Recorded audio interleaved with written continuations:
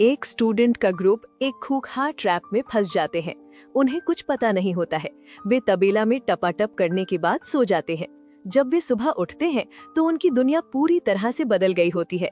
तो चलिए जानते हैं कि आखिर क्या हुआ कि उनकी पूरी दुनिया बदल गई। कहानी की शुरुआत वर्जीनिया में 1996 के समय को दिखाते हुए होती है, जहां पर हमें 5 कॉलेज स्टूडेंट्स को दिखाया जाता है जो कि अपने अधिकारों के आंदोलन के लिए वॉशिंगटन जा रहे थे।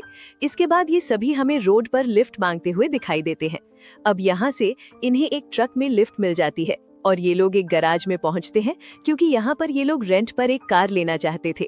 इसके बाद कोल और बोनी नाम के 2 लड़के इस गैराज के ओनर के पास पहुंचते हैं और उससे रेंट पर एक कार लेने के लिए कहते हैं।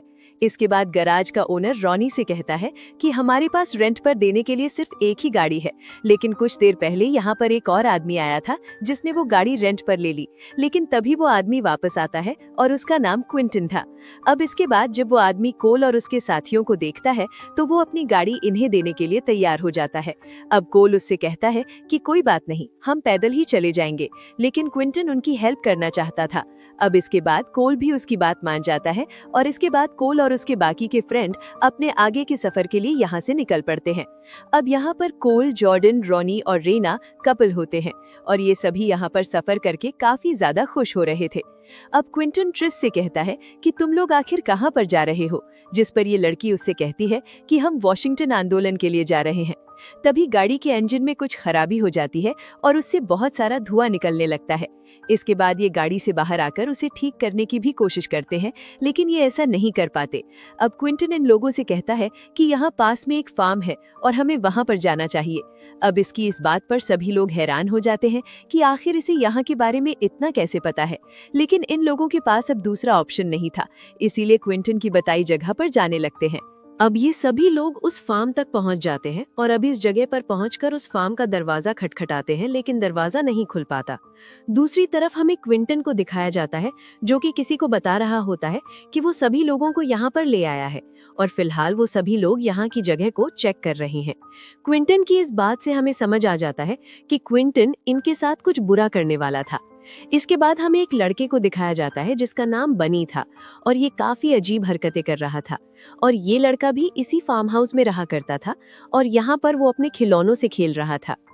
अब दूसरी तरफ क्विंटन इन सारे स्टूडेंट्स को एक साथ इकट्ठा करता है और इन सबसे कहता है कि अब रात होने वाली है और हमें आज रात के लिए यहीं पर रुकना होगा और सुबह होते ही हम यहाँ से निकल जाएंगे। अब क्विंटन की इस बात से सभी लोग मान जाते हैं और ये फार्म के अंदर रात गुजारने के लिए चले जाते हैं। अब यहाँ पर ये रात गुजारने के लिए अपने अलग अलग जगह भी देख लेते हैं। अब इसके बाद हमें उस फार्म के ओनर को दिखाया जाता है जो कि एक मदर और उसकी एक बेटी थी। यहाँ पर ये दोनों माँ बेटी टीवी में चल रही यूएसए में हो रहे आंदोलन को देख रही थी, लेकिन इन्हें ये देखना अच्छा नहीं लग रहा था। अब इसके बाद यहाँ पर बडी आता है जिससे हमें पता चलता है कि बडी इस मदर का बेटा है। इसके बाद ये सभी लोग डाइनिंग टेबल पर बैठते हैं और खाने से पहले प्रे करते हैं। अब प्रे होने के बाद जब मदर पीने के लिए अपनी बोतल निकालती है तो उसकी बेटी उसे ऐसा करने से रोक देती है और उससे कहती है कि तुम अब काफी बूढ़ी हो चुकी हो, इसलिए तुम्हें ये नहीं पीना चाहिए, जिस पर उसकी माँ उसे गाली बकती हुई वहां से चली जाती है। दूसरी तरफ हमें क्विंटन और ट्रिस को दिखाया जाता है और ये दोनों काफी अलग जगह पर थे। अब यहाँ पर ट्रिस को काफी ज्यादा ठंड लगने लग गई थी, इसलिए क्विंटन उसे एक बेड देता है। अब बेड लेने के बाद इसमें काफी गर्मी आ जाती है और ये क्विंटन को ही चिपट जाती है। अब वो इसके साथ यहाँ पर संभोग करना चाहती थी, लेकिन क्विंटन उसे रोक देता है और इसके बाद वहां से चला जाता है। इसके बाद जब क्विंटन वहां से बाहर देखता है तो उसे यहाँ पर एक ट्रक दिखाई देता है।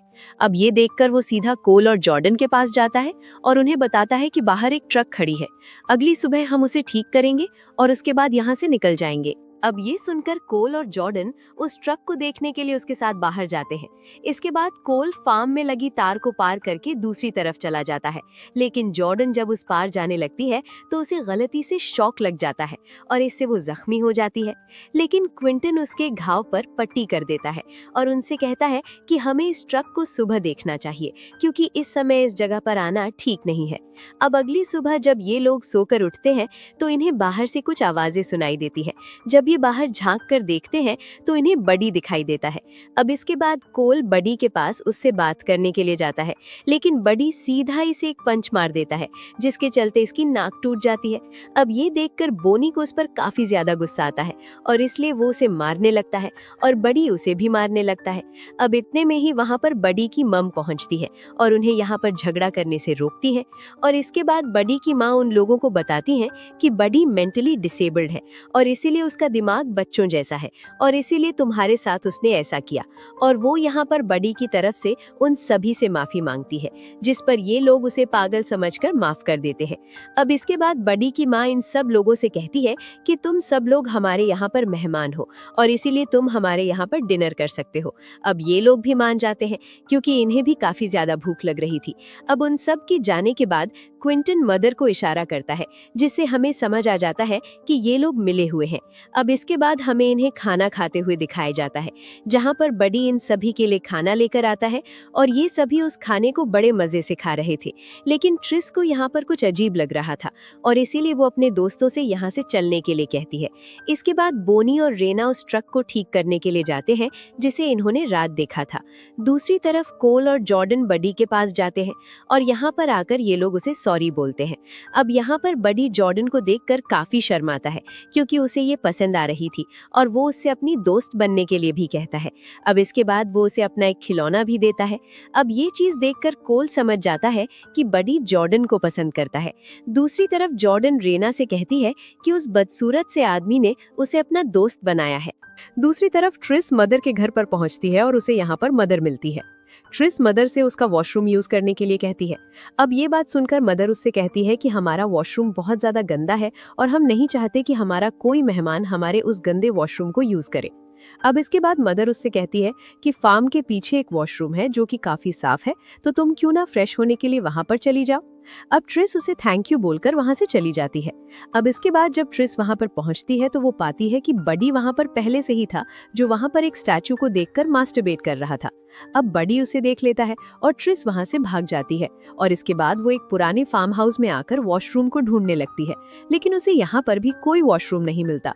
तभी एक कमरे में आती है जहाँ पर इसे बहुत सारे औजार दिखाई देते हैं। अब यहाँ पर आकर उसे एक नोटबुक मिलती है जिसमें इंसानी बॉडी पार्ट्स के ऑर्डर लिखे हुए थे। अब ये देखकर वो समझ जाती है कि यहाँ इंसानों के बॉडी पार्ट्स को निकालकर बेचा जाता है।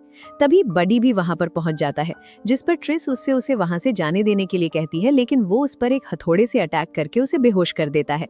इसके बाद वो उसे उठाकर एक टेबल पर लेटा देता है।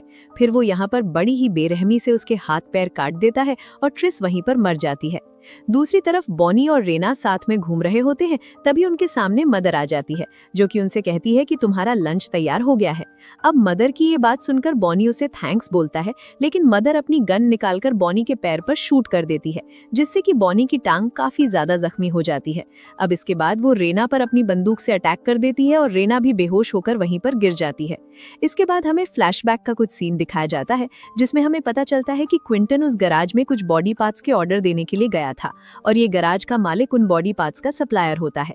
अब यहाँ पर क्विंटन उसे इंसानी सिर और इंसानी चमड़ी का ऑर्डर देता है। यहाँ पर गैराज का ओनर कहता है कि हमें कुछ नए लोगों को लाना होगा और इसीलिए क्विंटन उन लोगों को यहाँ पर ले आया था ताकि वो उन लोगों के बॉडी पार्ट्स को खरीद सके। दूसरी तरफ कोल और जॉर्डन को पता चलता है कि बाहर से किसी ने उनका दरवाजा लॉक कर दिया है।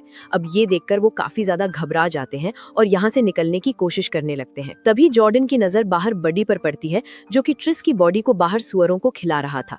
अब ये चीज देखकर वो काफी ज्यादा डर जाती है और ये बात कोल और क्विंटन को बताती है। अब ये बात सुनकर ये लोग काफी ज्यादा डर जाते हैं और यहाँ से बाहर निकलने का सोचने लगते हैं। दूसरी तरफ हमें बोनी और रेना को दिखाया जाता है, जहाँ पर इन्हें एक रूम में बांध कर रख रखा था। तभी बडी यहाँ पर पहुँचता है और रेना के सर से काटकर उसका स्कैल्प अलग कर देता है। ये देखकर बोनी उसे ऐसा ना करने के लिए कहता है, लेकिन बडी उसकी कोई बात नहीं सुनता और इसके बाद रेना की आंतें बाहर निकाल देता है। दूसरी तरफ क्विंटन, कोल और जॉर्डन को यहाँ से बाहर जाने का रास्ता मिल जाता है और इसके बाद वो यहाँ से बाहर निकलने लग जाते हैं। अब यहाँ पर क्विंटन इनसे कहता है कि अब वो और तुम्हारा तुम्हारा साथ नहीं देगा, और इसके बाद वो यहाँ से जाने लगता है। ये देखकर उन लोगों को उस पर बहुत गुस्सा आता है। अब तभी उन लोगों को यहाँ पर बोनी के चिल्लाने की आवाज आती है। अब यहाँ पर वो देखते हैं कि बडी ने रेना को मार डाला है और उसने यहाँ पर बोनी को भी बांध रखा था। तभी यहाँ पर बडी की मदर और उसकी ग्रैंड मदर पहुँचती हैं और उसे शांत रहने के लिए कहती हैं, और इसके बाद वो बोनी से कहती हैं कि भगवान ने तुम्हारे शरीर को चुना है ताकि तुम्हारी बडी किसी और के काम आ सके। अब इसके बाद ग्रैंड मदर उसे इलेक्ट्रिक शॉक देती है, जिससे कि उसकी वहीं पर डेथ हो जाती है। तभी बडी कोल और जॉर्डन को देख लेता है और अपनी मदर से कहता है कि देखो वो दोनों लोग बाहर निकल गए हैं। अब ये बात सुनकर उसकी मदर उसे पकड़ने के लिए कहती है। अब इसके बाद बडी उसके पीछे पड़ जाता है, लेकिन जॉर्डन यहाँ से बाहर निकलने में कामयाब हो जाती है। लेकिन वो यहाँ पर कोल को पकड़ लेता है और तभी ग्रैंड मदर कोल को भी इलेक्ट्रिक शॉक देकर उसे मार डालती है। अब इसके बाद बडी अपना ट्रक लेकर जॉर्डन का पीछा करने लगता है।